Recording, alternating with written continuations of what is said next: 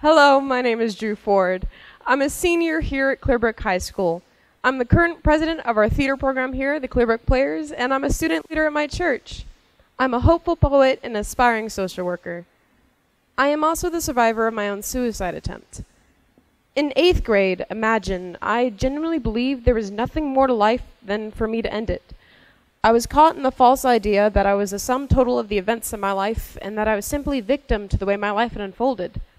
I believed life was out of my control and that I was forever doomed to live in a state of crippling depression and severe anxiety.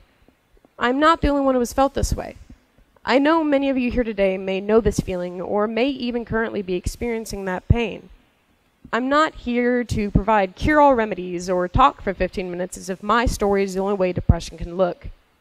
Depression can be seasonal, long-term, or even lifelong. I'm only here to say that you are first and foremost not alone, and that you are worth so much more than you have been made to believe. I want to share bits and parts of my journey to provide tools for those of you watching, to apply either to yourselves or to those you may know who have depression. Everyone, no matter who they are, is going to encounter hard times at one point or another. Finding happiness during this may not be a choice, but positivity can be, and this can make all the difference. A plant can't grow in darkness. This is really simple biology, something we learn in 3rd grade, and yet we don't apply it to our own lives. We surround ourselves with negativity, whether it be the people we associate with or the language we use to describe ourselves. Casual comments about how ugly you may feel or how you jokingly want to kill yourself run a lot deeper than many today realize. Habitual negative self-talk, as a joke or not, will often lead into negative thinking and a lowered sense of self-worth. There's nothing beneficial to unnecessarily talking down on yourself. You may also want to take a look at those around you. For those of you who may not have depression, it may seem difficult to reach out to those you know who do. There's also a delicate balance between empathizing and enabling. I have seen posts encouraging people with severe depression who feel like they can't get out of bed in the morning that say it's okay to remain bedridden for days on end, that say to clean yourself with wet wipes if you don't feel like showering, that say it's normal and okay to ice out anyone who says otherwise because they don't get it. As a 14-year-old with depression, I would have thought these tools to be lifesavers. It is easier, of course, to do nothing to better yourself than it is to fight to do these tasks, especially given the fact that for everyone else, these are thoughtless activities. Everyone else gets to do these things without second thought, so why shouldn't I be able to have some cheat codes? But the trouble is that these tips and tricks are a lot more harmful than helpful. I have seen 2 ways people with severe depression handle the dilemma of the seeming impossibility of these everyday tasks. The first being following that guide. I've known people who have told themselves it was impossible to get out of bed, and in so doing, made it impossible for themselves. They repeatedly told themselves, I can't, and so they didn't, and eventually lost the ability to. But I have also known people who, at times, have had to force themselves to get out of bed, who had to get out of bed by forcing their stomach and torso to lift them up by swinging their legs over their bed, by demanding that their body belong to themselves and that they not be held captive to what they were feeling. It was an active, physically taxing decision to push past the crushing feeling they were experiencing. I know these people because they were both me. There have been days where I let my depression rule over myself, and others where I took back that control for myself. Some days I felt like it would kill me if I went to school, but I walked out the door and I went. Pushing past what you believe to be impossible is what will likely save you from a worsened state of mind. There's also a difference between sadness and depression. Sadness is the given feeling when something happens, or even when you find yourself in a bad place without reason, which is completely normal. It isn't just limited to the loss of a loved one or a natural disaster. It is a natural reaction given the state of your brain. Depression, however, is a lasting feeling of grief and a feeling of sorrow. It is a clinical diagnosis of lasting sadness caused by a chemical imbalance within your brain. Lasting sadness and lethargy may be diagnosed as depression after 4 weeks. It's once been described as such, Grief or depression is like the ocean. It comes on waves, ebbing and flowing.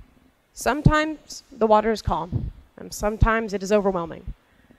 All we can do is learn to swim.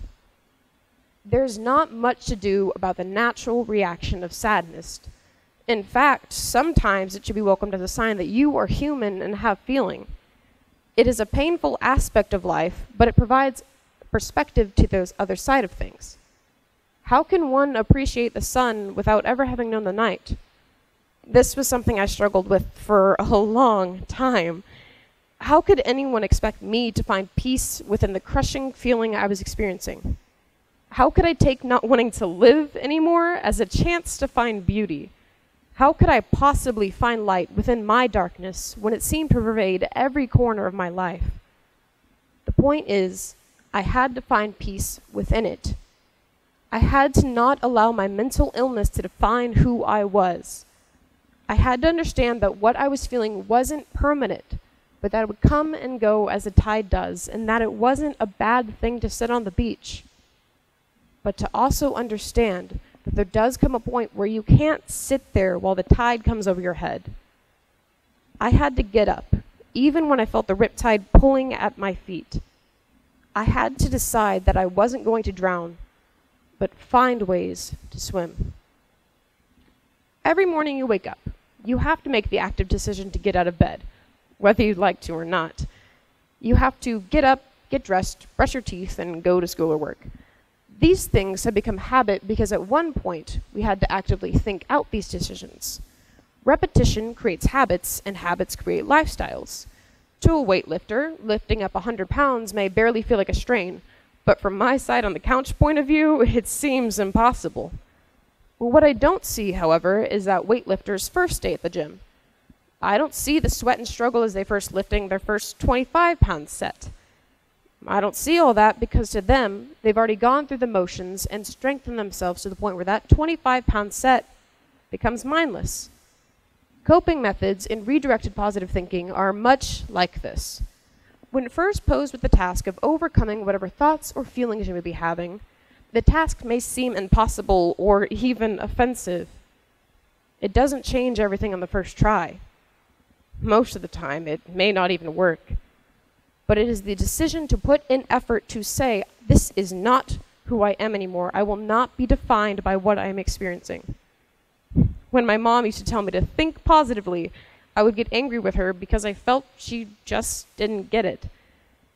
But the thing is that there is a bit of a science to those notes on your mirror or those cliche posters with Pinterest quotes saying, smile, you're beautiful. When you're surrounded by reminders of your worth, you're much more likely to remember these phrases when you may be feeling down. It's not that you even outright believe what you are saying to yourself, but as we repeat that we are beautiful, that we are loved, that we are here for a reason, these things start to become an automatic response to when things feel dark. You may not be able to just simply turn on the light, but you may light candles around you in preparation for when the time comes to know that light still exists. Coping methods are things you can do in times of crisis until you come to a place of contentment. This may either be a cathartic activity or a mindless one. Simply Googling coping methods or coping mechanisms turns up with results of thousands. So what's the harm in looking? For myself, I painted or watched TV or listened to music. These small activities have helped save me from so many times when I felt the world was going to cave in around me. There are 6 different main types of coping methods: relaxation, diversions, cognitive coping, physical activity, interpersonal coping, and setting limitations. Relaxation is things such as meditation, taking a nap, or any other state of rest. Diversions are things such as reading, drawing, listening to music, anything to help you get your mind off what you are experiencing. Cognitive coping are attempts to make peace with or resolve whatever you may be experiencing. This can be done by writing a gratitude list, setting goals for yourself, or writing lists of pros and cons whenever decision making. Physical activity is any sort of exercise, and it doesn't have to be sports or running a marathon. It can just be going for a walk. Interpersonal coping is spending time with one another. It's reaching out to family and friends, loving one another. It's asking for help when needed. Setting limitations is possibly the hardest of all these because it requires cutting out what is toxic. You cannot heal in the environment you were hurt in. This means saying no to unnecessary additional stressors. This means removing yourself from unhealthy environments or even friendships. Whatever it is, make the active decision to find something healthy that may provide even the smallest bit of relief in whatever way works for you. Finding a coping method that works is often a lot of trial and error, but once you find something that works, stick with it. It is so easy to get stuck in a pessimistic view of the world, and coping methods are meant to allow us to find freedom from such dark places. Sometimes our view on the world is kept dark because we forget to do what we can and light candles around us. My name is Drew Ford. I'm a senior here at Clearbrook High School. I'm the president of our theater program here, and I'm a student leader at my church. I'm a hopeful poet, an aspiring social worker. I am also the survivor of my own suicide attempt. I hadn't even yet reached a fifth of my life, and yet I decided that all the events of my life up until that point were going to determine my destiny. What I hadn't yet realized and wouldn't realize for years to come is that in your youth, a lot of life is handed to you. Adulthood means increasing responsibility and control, and this can be an incredibly scary thing, but it also means more opportunity to take the reins. You are not the sum total of the events of your life.